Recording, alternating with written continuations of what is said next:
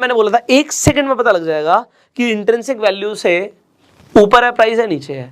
ये देखिए रिलायंस इंडस्ट्रीज का मैंने यहाँ पे आपके लिए टिकर टेप पे स्क्रीनर पे आके मैंने यहाँ पे खोल दिया और यहाँ पे आपको चेकलिस्ट में इन्वेस्टमेंट चेकलिस्ट में सबसे पहले दिखता है कि जो करंट प्राइस है वो इंट्रिंसिक वैल्यू से ज्यादा है। तो मेरे लिए कॉम्प्लेक्स चीज आसान हो गई, मुझे 1 सेकंड में पता लग गया यार जो प्राइस है ना वो वैल्यू से ज्यादा है। ओके, वैल्यू से ज्यादा है। मुझे और भी सारी चीजें दिख रही हैं, बहुत सारी चीजें हैं, बट जो बेसिक चीजें हैं हम स्टेप बाय स्टेप उन्हीं पे बात करेंगे। तो जो मेरा यहां पर एक पॉइंट था जो मुझे 1 सेकंड में चेक करना था, पहला चेकलिस्ट, जिस भी शेयर में मैं इन्वेस्ट कर रहा हूं मुझे चाहिए कि मैं इंट्रिंसिक वैल्यू से कम पे खरीद रहा हूं। अब मैं ये काम एक स्क्रीनर के थ्रू बहुत आसानी से कर सकता हूं।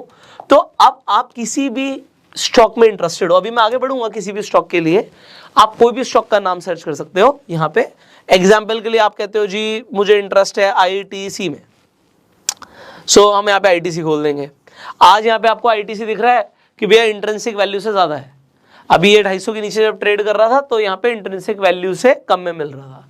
तो क्योंकि मैं रेगुलरली देखता रहता हूँ इसलिए आपको बता रहा हूँ। तो यहाँ पे आज आपको दिख रहा है कि इंट्रिंसिक वैल्यू से ज्यादा पे है। आप कब खरीद सकते हो इसे? यहाँ पे मेरा पहला चेकलिस्ट है प्राइस इंट्रिंसिक वैल्यू से कम पे हो। तो मैंने आईटीसी खरीदा हुआ है 200 से भी कम के भाव में, 200 से भी कम के भाव में मैंने आईटीसी खरीदा हुआ क्योंकि मेरी पहली चेकलिस्ट पे ये सबसे पहले, अभी मैं आगे की बात नहीं कर रहा और करूंगा सारी बातें, बट पहली चेकलिस्ट पे ओके था। अब क्योंकि मैंने इंट्रिंसिक वैल्यू से कम पे खरीदा हुआ है, पिछले 1 साल में देख सकते हो आईटीसी का ग्राफ ऊपर गया है। सो आप देख सकते हैं कुछ टाइम पहले 200 के आसपास का रेट था। सो अब 200 से भी पहले अगर किसी ने खरीदा हुआ है तो उसे एक अच्छी रैली का फायदा मिला। अब ये चेक करना कि ये प्राइस, आपको कैसे पता लगेगा कि ये स्टॉक भागेगा, कैसे पता लगेगा? हम फंडामेंटल एनालिसिस करेंगे। अब फंडामेंटल एनालिसिस में नंबर 1 पॉइंट है कि प्राइस इंट्रिंसिक वैल्यू से कम हो। अगर आप कहते हो कि मुझे आज आईटीसी खरीदना है, आप खरीद सकते हो, मैं कोई रिकमेंडेशन नहीं दूंगा, बट मेरा चेकलिस्ट है, आप अपना चेकलिस्ट बना सकते हो। मेरा चेकलिस्ट है कि यार मैं उस स्टॉक को तब खरीदता हूं जब वो अपनी इंट्रिंसिक वैल्यू से कम पे हो। This is point number 1 for me कि इंट्रिंसिक वैल्यू से कम खरीद रहा हूं तो भैया वैल्यू इन्वेस्टिंग तो मैंने कर दी है। एग्जांपल ले लेते हैं भाई, मैं कई सारी कंपनीज को सर्च करता हूं, तो मैं कोई भी स्टॉक रिकमेंडेशन नहीं देना चाहता, ना मैं देता हूं, मैं आपको बता रहा हूं। एग्जांपल के लिए ये कंपनी ले लेते हैं। सो इस कंपनी का प्राइस आपको दिख रहा है एसएमसी ग्लोबल का 78.5 है। अब यहां पे अगर आप इन्वेस्टमेंट चेकलिस्ट देखो मेरी, तो मैं सबसे पहले कहता हूं इंट्रिंसिक वैल्यू से कम पर हो।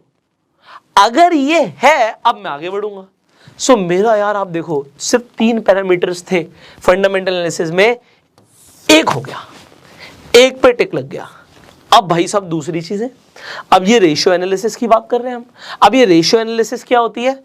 मैंने बोला सिर्फ 4 रेशियो देखने हैं। एक पी रेशियो देख लो, एक पीबी देख लो, एक डेट टू इक्विटी देख लो, एक करंट देख लो। आज वो देख ही लेते हैं क्योंकि देखना बहुत जरूरी है।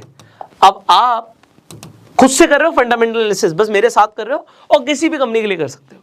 इनफैक्ट अगर आपने किसी कंपनी में पैसा लगाया हुआ है तो जरूर करना, क्योंकि जब लगाया था तब फंडामेंटल एनालिसिस करी नहीं थी। आज नुकसान हो सकता हो रहा हो तो और ज्यादा ना हो सकता है ठीक टाइम हो बाहर निकलने का, ये भी इंपॉर्टेंट है। अब यहां पर दूसरी चीज देखते हैं, थोड़ा सा मैं यहां पर नीचे करूंगा, स्क्रॉल डाउन करूंगा, तो यहां पे कुछ दिख रहा है मुझे पी रेशियो दिख रहा है 4.74 का। ओके, ये ज्यादा है कम है, इंडस्ट्री वाइज डिपेंड करता है। अभी मैं पीयर कंपैरिजन भी करूंगा, बट यस ज्यादातर लोग आपको ये बोलेंगे कि अगर किसी भी कंपनी का पी 20 से नीचे होता है तो जनरली अच्छा होता है। आज मैं, आप समझिए, पैसा लगा रहा हूं, तो ये जो मैं पी रेशियो देख के पैसा लगा रहा हूं, मुझे दिख रहा है 20 से कम का है, तो मेरे लिए अभी एक राइट टिक है।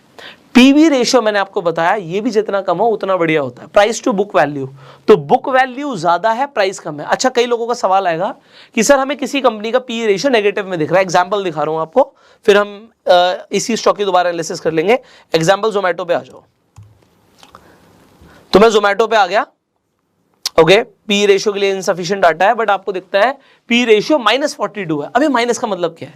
देखो, माइनस का मतलब यह है प्राइस तो कभी भी नेगेटिव नहीं हो सकता, तो प्राइस तो मुझे दिख रहा है 62 रुपए का है, बट अर्निंग नेगेटिव में हो सकती है। तो अगर मैं यहीं पे इसकी एनालिसिस करूं, सो अगर मैं फाइनेंशियल्स में जाऊंगा, अभी हम बैलेंस शीट की बात कर रहे थे, तो अगर कंपनी प्रॉफिट नहीं बना रही, नेट इनकम देख रहे हो आप माइनस में दिख रही है, अगर नेट इनकम कंपनी की आपको दिख रहा है कि लॉस हो रहा है तो उसका पी रेशियो नेगेटिव में